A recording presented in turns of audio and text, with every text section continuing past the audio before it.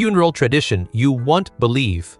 Funerals in the Philippines unfold in a way that surprises many first-time observers, because the rituals differ sharply from those in many other countries. While his farewells are usually brief and quiet, in the Philippines they become moments for the community to gather, talk, eat, and even play cards beside the coffin. Many neighborhoods treat this as a chance for families to reconnect. This trick comes from the belief that the soul of the deceased must stay awake through the night to avoid aswang, or evil spirits. Relatives and neighbors take turns staying up, chatting, singing, or playing cards to keep everyone alert. Some regions believe that the lively atmosphere helps the soul feel less lonely as it passes into the next world. Card games at wakes are not only entertainment, but also a way to support the family. Winnings are sometimes pooled to help cover funeral costs, and in some areas elders even guide children through the games so they learn the customs of mourning. Wakes from 3 days to a full week. Children play, adults talk, and visitors bring food or beer to share. The atmosphere is warm. Some families even set up tents to welcome guests throughout the ceremony. For Filipinos, death is not simply an ending. It is a moment for community to reinforce its bonds, where grief softens through laughter and solidarity. Belief and communal spirit forms a distinctive cultural tradition in the Philippines. Secret strength of Filipina women.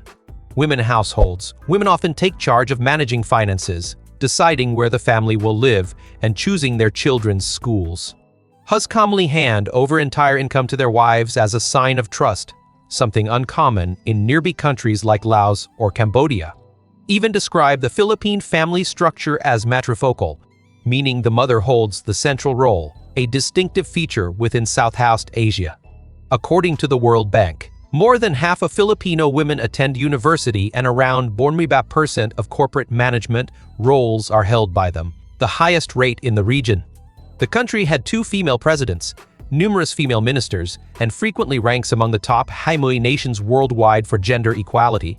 Women a major share of the skilled workforce in healthcare, banking, and service export industries. Strong and serve females appear consistently in television, music, and film, reflecting real-life societal dynamics. Admired for their Latin Asian features and confidence, help place the nation among the top producers of international beauty queens. Even draw audiences comparable to major sports events, showing the powerful cultural influence women have across the Philippines. Where thousands live among the dead, in the Manila, where housing costs rank among the highest in the Philippines, lies a unique community. Thousands of poor residents live inside North Cemetery, where the living and the dead share the same space. The area is so vast that many visitors compare it to a small neighborhood built within a cemetery. This move in residents began in the late 20th century when rapid urbanization pushed many families out of their homes. They constructed corrugated iron roofs between graves and turned them into makeshift houses, small shops, and classrooms. Some families even placed bunk beds on top of graves to maximize space. Adults make a living through manual labor, grave maintenance, cleaning headstones, or selling food to visitors. Children among the graves as if in a familiar playground, with many memorizing grave locations the way other children remember streets. Of the deceased do not object. Many note that the graves receive more regular care, creating a quiet symbiosis between hardship and compassion. Some families even leave candles or drinks as tokens of gratitude. Since hangin Kong Tramway-chin, cemetery authorities have attempted to relocate residents, but the lack of resettlement housing has allowed only a small number to move out. The rest continue living among mausoleums in the middle of a busy city. This community is considered one of Southeast Asia's most unusual residential settlements. The sacred dog ritual. While many treat dogs as family members, some communities in the northern Philippines still practice dog sacrifice during traditional ceremonies. The custom comes from the Kanar religion of the Ifugao, Igorot, and Kalinga peoples, where dogs are viewed as sacred animals that people to their ancestors. Some legends even say dogs can guide spirits during major rituals. In ceremony, healing, or weddings, the sacrifice is seen as a blood offering meant to bring luck and repel evil spirits. Animal protection groups estimate that 20,000 to 30,000 dogs are sacrificed each year, far fewer than in the 1900 yet still controversial. and that the ritual once strengthened unity because it occurred only with full village consent. For elders, it also reaffirmed beliefs preserved for centuries. For mountain communities, the ritual carries spiritual significance rather than a food purpose. However, visitors for Japan are often shocked since killing dogs is a criminal act in those countries. Many consider it an unforgettable cultural encounter because it contrasts sharply with norms they know. Some visitors even change their views after hearing locals explain the ritual's sacred meaning. The Philippine government has banned the commercial trade of dog meat but remains flexible with traditional rituals to preserve cultural identity. Some promote educational programs encouraging the substitution of dogs with pigs or chickens, though acceptance remains low. A few villagers are testing symbolic non-sacrifice rituals to maintain tradition while reducing controversy, and the model is still being evaluated. The country with 12 million stray dogs. On the main roads and alleys of Manila, Cebu or Davao, stray dogs have become a familiar sight. According to the Philippine Department of Agriculture, the country has more than 23 million dogs and nearly 12 million of them are strays, one of the highest figures in Asia. This large number comes from several factors such as poverty limiting pet care, the lack of widespread sterilization services, and the habit of letting dogs roam freely. Dogs move between homes and streets, search for leftovers, rest in front of shops, or find shade near graves. Unlike Japan, where dogs are microchipped, leashed, and tightly regulated, in the Philippines, dogs function as part of the community. Vendors share food, and sometimes an entire neighborhood collectively looks after a pack as if it were shared property. Most pet resources people do not eat dog meat because they see it as immoral and incompatible with Catholic values. For international visitors, the sight of freely roaming dogs may be surprising, but it leaves a memorable impression of a society where humans and animals live closely together and sometimes evokes sympathy. Toilets are free in the Philippines. In many countries like the US, using public toilets is strictly controlled, or ask for a key to enter. But in the Philippines, this rule is almost non-existent. People can enter the toilets of coffee shops, convenience stores, or supermarkets without any transaction or explanation. This culture comes from the spirit of bayanihan, a tradition that values the sharing. Letting strangers use the toilet is not a hassle but a polite act, showing respect for each person's basic needs. Many stores even hang signs "toilet for everyone" to welcome anyone in need. However, there are still unspoken rules.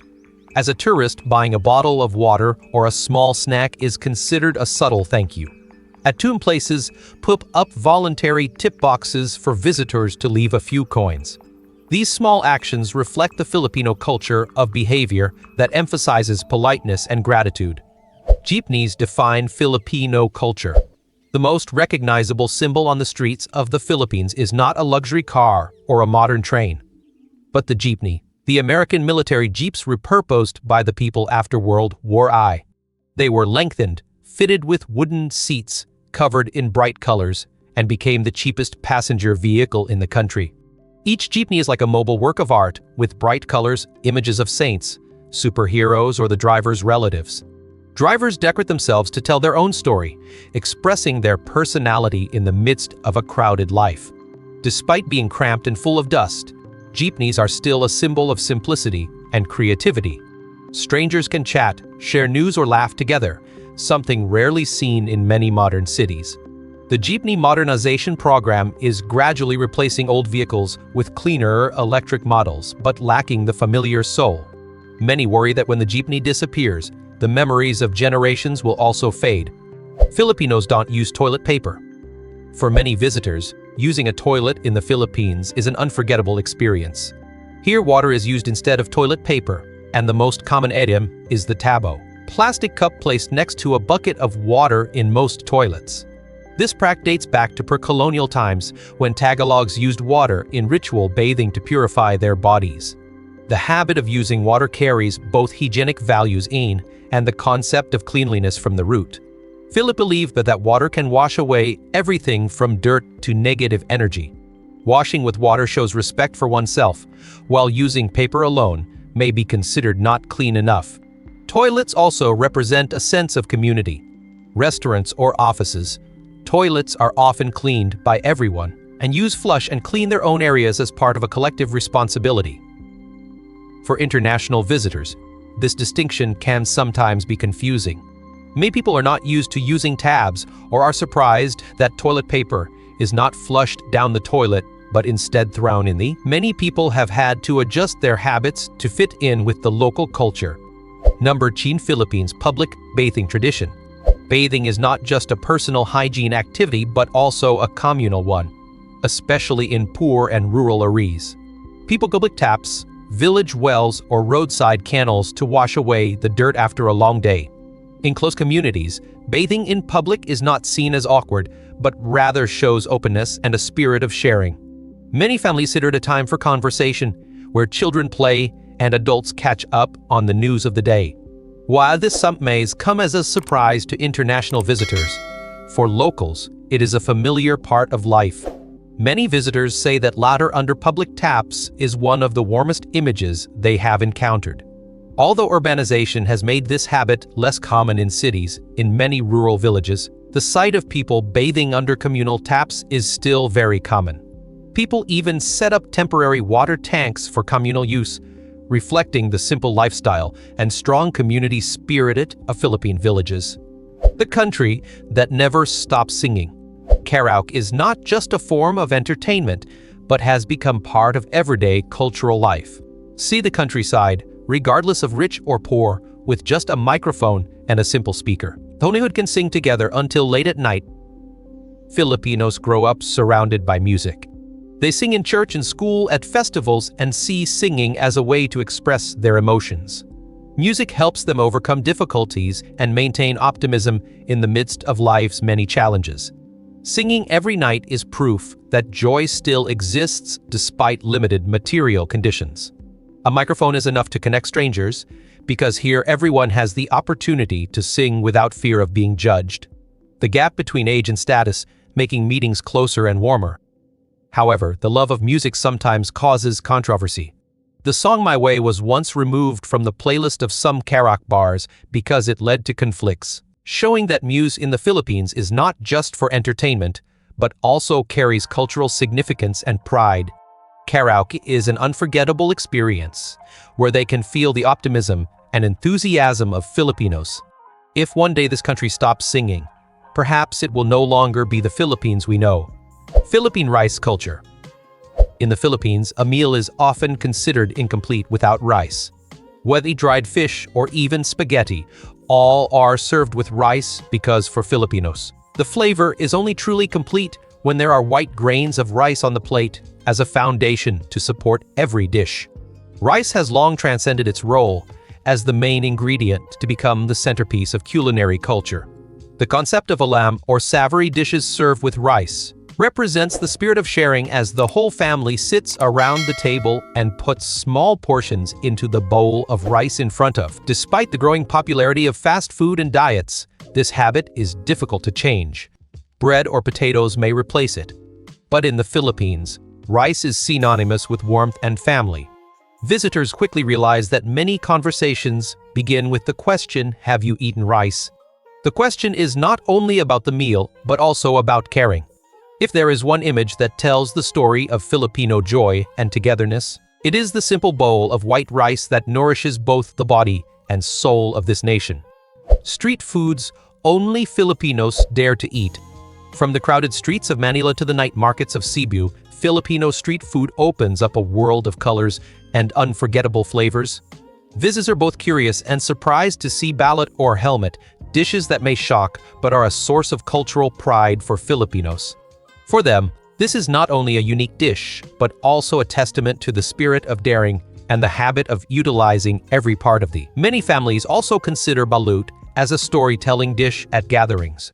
Along challenging dishes are more enjoyable options such as taho, kwek-kwek or turo-turo, suitable for all diners.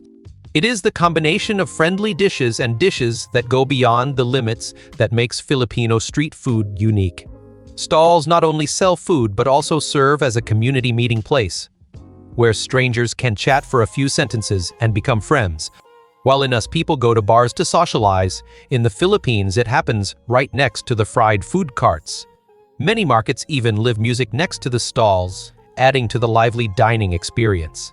Despite the proliferation of fast food chains, street still holds a special place in the hearts of the people because eating here is not just about filling up, but also about. For tourists, exploring street food is the quickest way to understand the optimistic spirit of the Philippines. Many people say they only truly understand this country after their first bite of balut. Why Filipinos point using their lips? In the Philippines, words are not always the primary means of communication. A glance or a slight pursed lip is enough to indicate whether you are giving directions, signaling, or agreeing. Filipinos use their eyes instead of their fingers and their lips to signal, a discreet yet intimate habit. This action reflects the gentle nature and tendency of Filipinos to avoid confrontation. They believe communication does not need to be loud, but the important thing is to be subtle and respectful of the feelings of others. Eye or signals help maintain harmony in community, demonstrating the talking with talking attitude that is common in a culture that values gentleness. Being directed by lips can be surprising, even making them think they are being teased. This is an expression of friendliness and a way for Filipinos to maintain a soft touch in everyday interactions. Over time, these silent signals have become a form of language that is uniquely Filipino. Filipino salty dishes taste sweet. In the Philippines, sweetness is present in many dishes that many tourists think must be salty. From sweet tomato sauce, hot dogs sprinkled with sugar to adobo with a light caramel flavor, all of which surprise foreigners. While Filipinos, it is a flavor associated with memories and daily life. Western dishes gradually appeared, but people adjusted by increasing the amount of sugar to suit their taste, save on ingredients, and make it easier to prepare. Culinary experts. The habit of eating salty but liking sweet was clearly influenced by the Spanish and American rule when sugar became an easily available ingredient. Inaccurate sweetness also helps balance dishes, soften the strong taste of vinegar or fish sauce, and helps preserve food. Many families always keep a jar of sugar next to the stove to add to any dish when necessary. Sweetness is not just a simple preference, but also has emotional meaning. A little sugar in the dish is like a way for them to show care and comfort each other in the family. The sweetness has become a symbol of warmth, a flavor that nurtured the childhood of many people and followed them throughout their journey away from home. Number 11. How trash becomes food here. Pagpag is the name given to leftover food collected from landfills or restaurants, washed and refried, and sold to the poor. A packet is only about 20 pesos or 35 cents, so for many families in Manila's slums, this is often the only meal of the day. The process of making pagpag is risky. People eat the intact meat, wash it quickly, season it, and refry it to create a new taste. Even though they understand the risk of infection, they still eat it because hunger is always more urgent than fear. Pagpag has become a clear symbol of the gap between rich and poor in a city where landfills and shopping malls are just a few. Alongside pagpag is double dead meat, which is meat from animals that have died before slaughter, bleached and sold cheaply. Both the harsh journey of survival, where people have to take risks to stay alive. The government has repeatedly banned and increased inspections and subsidized low-cost food for the poor. But while poverty persists, pagpag still stands as a testament to resilience. The sight of people lining up to buy food that would otherwise be thrown away is always shocking and unforgettable. Nation of sachets. The Philippines was once known as the plastic waste center of Southeast Asia because of its heavy use of disposable sachets and packaging. People consume about 163 million sachets and generate more than 2.7 million tons of plastic waste. Tied to the tingi buying culture, remain an affordable option for low-income households, yet they also create a serious environmental burden. As many Filipinos prioritize cheap and ready-to-use goods, sachets continue to dominate daily life, turning plastic pollution into a symbol of habits that are difficult to break. A young generation is now per change through ocean cleanup efforts, plastic collection drives, and trash for rice programs. One project in Batangas alone gathered over 4.3 tons of plastic in less than 2 years. The government has introduced the Extend Produce Responsibility Act of 2022, requiring companies to retrieve and recycle plastic packaging. Though infrastructure and public awareness remain limited, winners see beaches covered in debris or rivers carrying plastic into the ocean. They are witnessing the cost society pays for everyday convenience. Every store has an armed guard. Across the Philippines, seeing security guards with firearms is completely ordinary. From band malls to fast food chains and small convenience stores, guards appear everywhere. Surprise tourists who do not expect such a high level of visible security in a country known for its gentle culture and has roots in past urban crime, long-running conflicts in the south, and phases of political instability, which shape the public's sense of safety. When trust in full state protection feels limited, armed guards provide reassurance. Many malls require bag checks and metal scanning, making security screening a routine part of daily life. Is the attitude of the guards. Even while armed, they remain warm and approachable, greeting, smiling, and helping customers. This striking contrast between weapons and kindness, reflecting the Filipino belief that authority should act with courtesy and responsibility. Guards are treated like community members, with residents chatting with them and addressing them by name. Manila's deadly trash mountain. In the mid-1950s, the Payatas landfill in Quezon City was known as Manila's towering garbage mountain. More than 1,500 tons of waste were dumped there daily, piles surrounded by slums where thousands survived by scavenging. In Hangin, after days of rain, the massive landfill collapsed. Built-up methane gas ignited, and a wave of garbage buried hundreds of homes. At least 200 people, mostly poor families living beside the dump, were killed. The tragedy the government to shut Payatas, investigate accountability, and pass the solid waste management law Rachinin Komtramlin Ba, mini closure of all open dumps. Many families were relocated, though some eventually returned to collect recyclables from new waste deposits. 2 decades later, Quezon City looks completely different. Payatas was permanently closed in Hangin Komtramli Bay, replanted with greenery, equipped with a methane treatment facility, and integrated into the Zero Waste Barangay program. By Hangin Komtramhaimihai, the city earned recognition from WWF's One Planet City Challenge for its efforts in emission reduction and urban greening. Yet with the new landscape, millions of tons of decomposing waste still release toxic gases, a reminder that Quezon City continues to live with the long shadow of what was once its giant mountain of trash. Why nicknames are official. Playful names like Baby Lovely, Boyet, or Honeyl are not just used at home, but also appear on birth certificates, diplomas. While countries like the US or Japan prefer formal legal names, Filipinos often turn nicknames into full identities. Kadis from vowing emotion over formality. Filipinos believe names should express family affection rather than social rank. It also a different view of professionalism, where ability is judged by actions, not by how formal a name sounds. Using nicknames blowsness softens hierarchy and highlights the Pakisama spirit. Even politicians embrace this style. Like Bongbong Marcos or Lini Robredo use familiar nicknames on campaign posters, creating a sense of personal connection with voters. They're often surprised by the custom, but soon recognize that in the Philippines, a name itself is meant to carry friendliness and warmth. Filipinos are always late. Being late is not always seen as disrespectful, but is often viewed as part of cultural identity.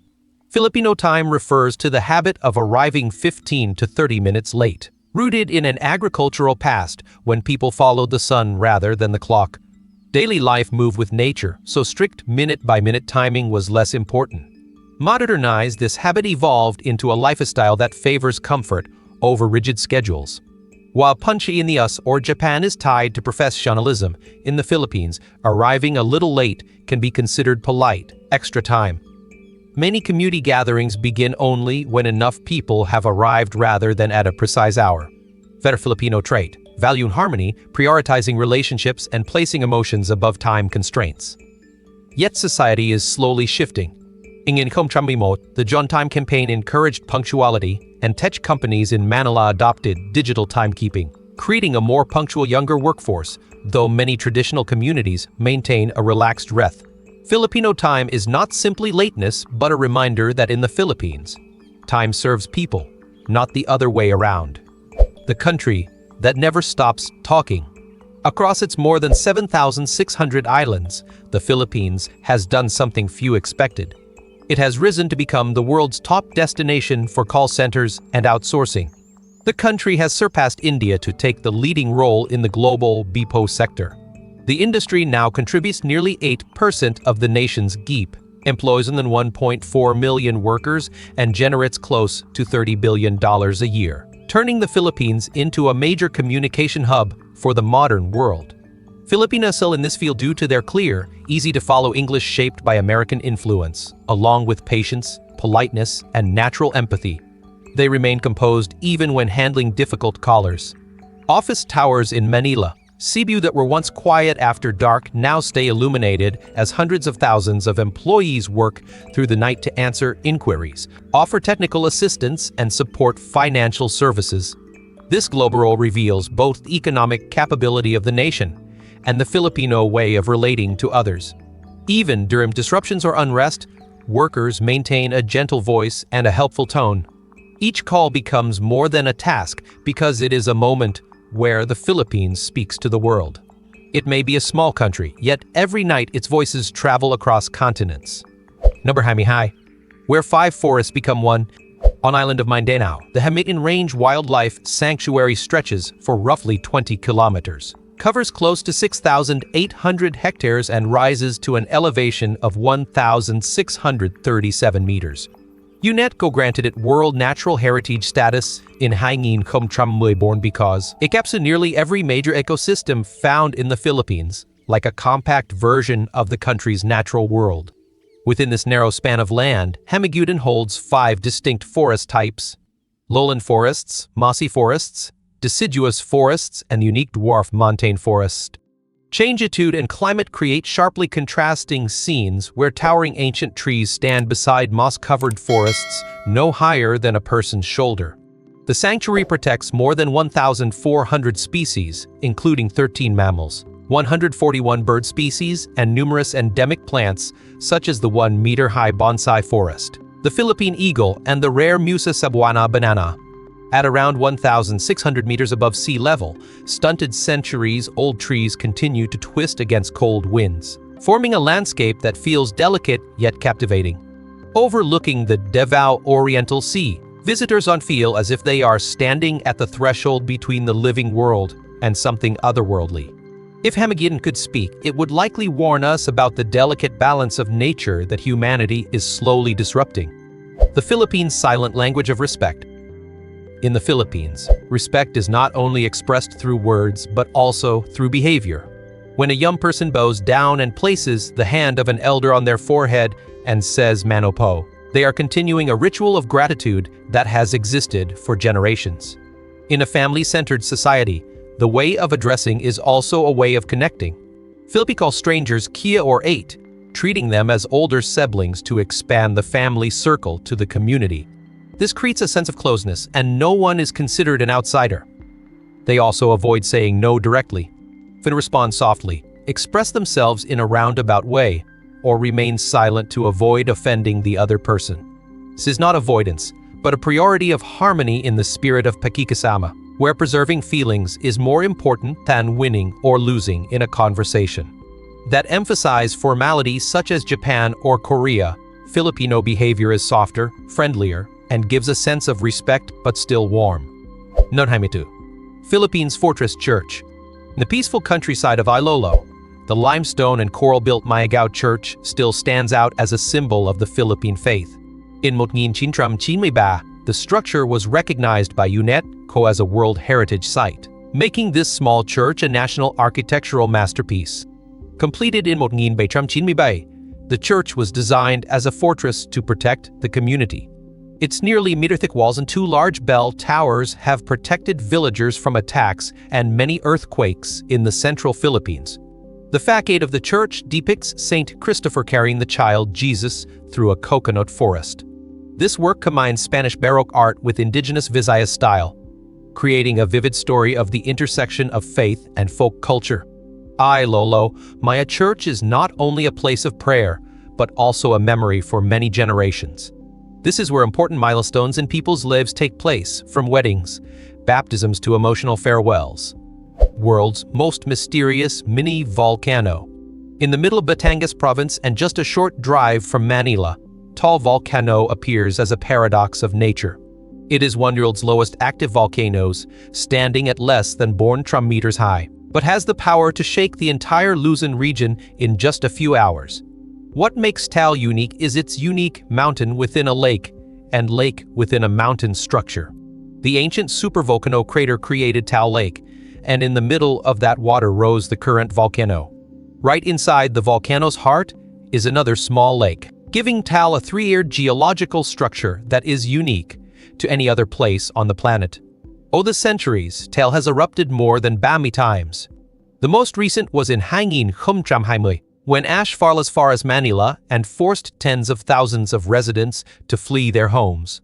After each natural disaster, people around the lake still return to fishing and farming as part of their daily lives. They believe that the volcano only gets angry when humans forget to maintain balance with nature. Namhaimi-sao.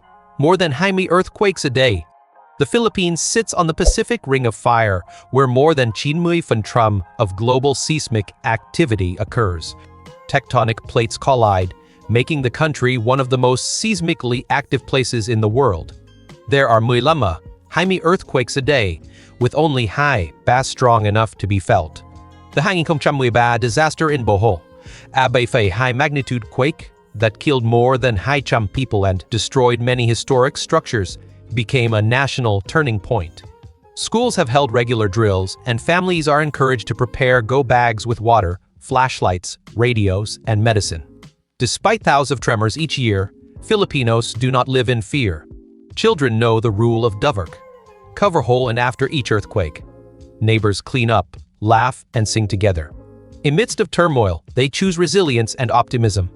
Living with water in the Philippines. In the Philippines, flooding has become a familiar rhythm of each year. Low-lying terrain along the coast, a network of rivers, and about high typhoons and frequent heavy rains make the country one of the most flood-prone in Southeast Asia, show that many families in Manila and Parallac face 2 to 3 floods a year. Filipinos accept this phenomenon as a part of life. They put up planks for walkways, prop up furniture, and invite neighbors to take shelter. Floods cause significant damage. In hangin Humtramhaimui to hangin Humtramhaimui alone, more than 1.23 million people were affected, and property damage was equivalent to 390 million pesos, or about $100 million.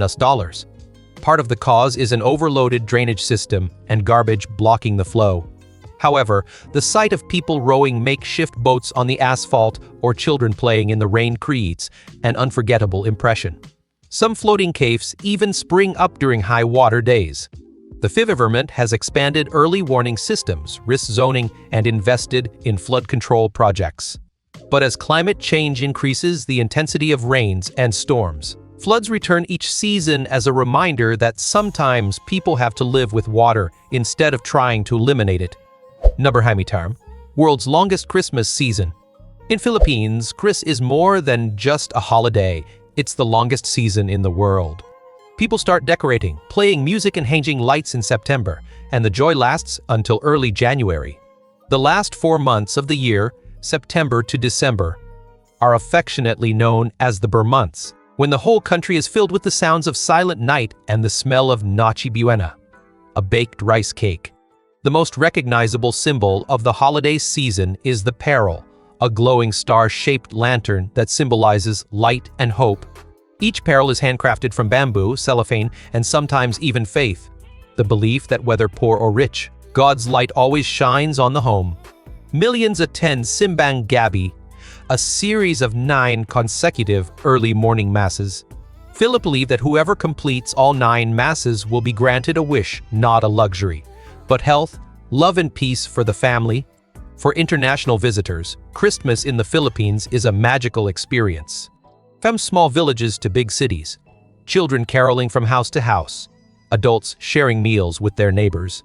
Here, Christmas is not just a religious holiday, it is a festival of faith, reunion, and kindness, where an entire nation comes together to light up the winter with smiles. The fiesta, a beauty phenomenon.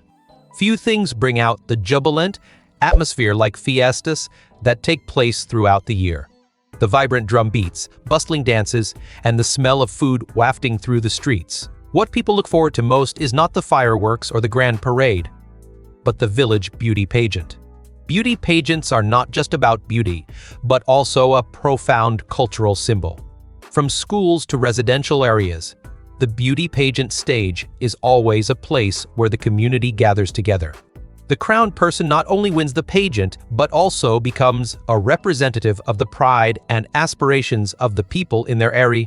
What makes this tradition even more special is the Miss Gay pageant for the Labitip community. Days, contestants step onto the stage with confidence, charming humor, and receive enthusiastic cheers from the audience.